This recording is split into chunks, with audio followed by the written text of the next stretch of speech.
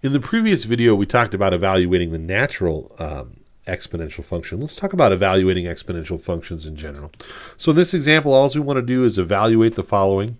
If f of x equals the function 4 to the x, exponential growth, and g of x is equal to 1/2 to the x, an exponential decay function. So how are we going to find this expression? A, f of -1 plus g of -2. Well, f is 4 to the x, so this must be 4 to the -1 power, plus g is 1/2 to the x. This must be 1/2 squared. And let's see, this is 4 to the -1 is the same thing as 1/4. And 1/2 squared is 1/2 times 1/2. So this is 1/4 plus 1/4, which is 2/4, which is 1/2. And the answer here is 1/2.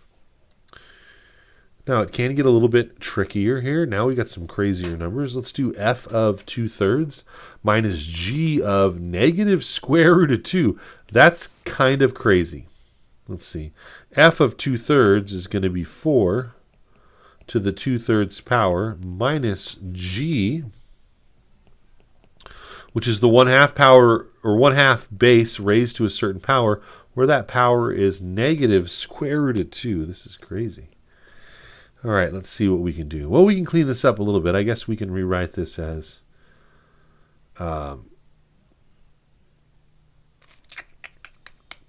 4 squared cube root using rational exponents, and this is minus 1/2 to the -√2 is the same thing as 2 raised to the √2 power as we take the reciprocal. That is, this is 1/2 to the -1 raised to the √2 power, which is the cube root of 16 minus 2 raised to the √2 power. Now we can get we can simplify cube root of 16 a little bit. This is the cube root of 2 times 8, which is the cube root of 2 times the cube root of 8, minus 2 raised to the √2 power. Not a lot I can do with that. Let's see, this is going to be 2 cubed root of 2 minus 2 to the √2 power. And that's probably the best I can do without a calculator, although I could probably approximate this a little bit. Let's talk about using our calculator. You should be able to do the cube root of 2 on your calculator, and if you can't, with a calculator, you could say that this is 2 times 2 raised to the 1/3 power minus 2 raised to the, if you don't know how to do the square root of 2 on your calculator, you should have a square root button. If you don't, you can raise it to the 0.5 or 1/2 power. Sorry, not 1/2 power. That's 2 raised to the 1/2 power. It's getting kind of crazy. Let's see, the cube root of 2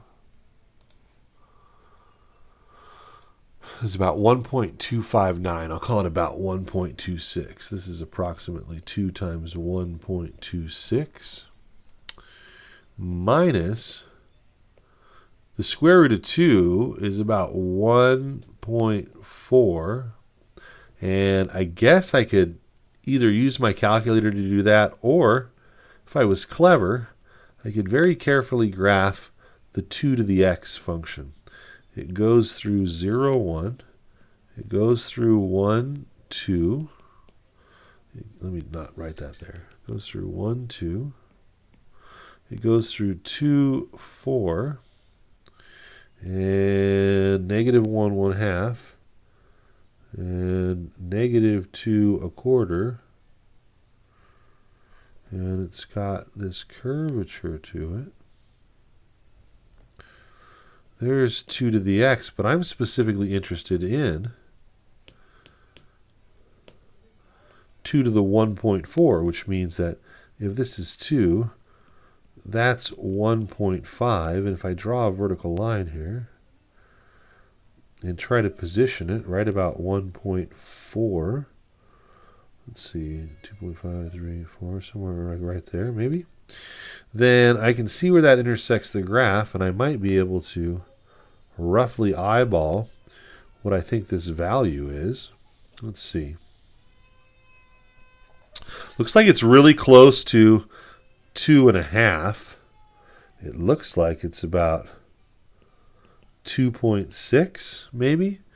So I think that this calculation is approximately 2 times 1.26 minus about 2.6. Now I can actually use my calculator to take 2 and raise it to the 1.4 power. And I get about 2.639. That wasn't too far off. 2.63 or 2.64 if I round. And we'll put that accuracy in there. And then this is equal to about 2.52 minus 2.64, which is a negative 0.12 is roughly that value. So these expressions are not terribly straightforward. Now all that work that I did though could have been done with your calculator. And if you have a graphing calculator, you could have just as easily written 4 caret parentheses 2/3 minus 1/2 caret negative root 2 and hit enter with your calculator, and you would have got roughly the same answer. So anyway, there's just some flavor on evaluating these things.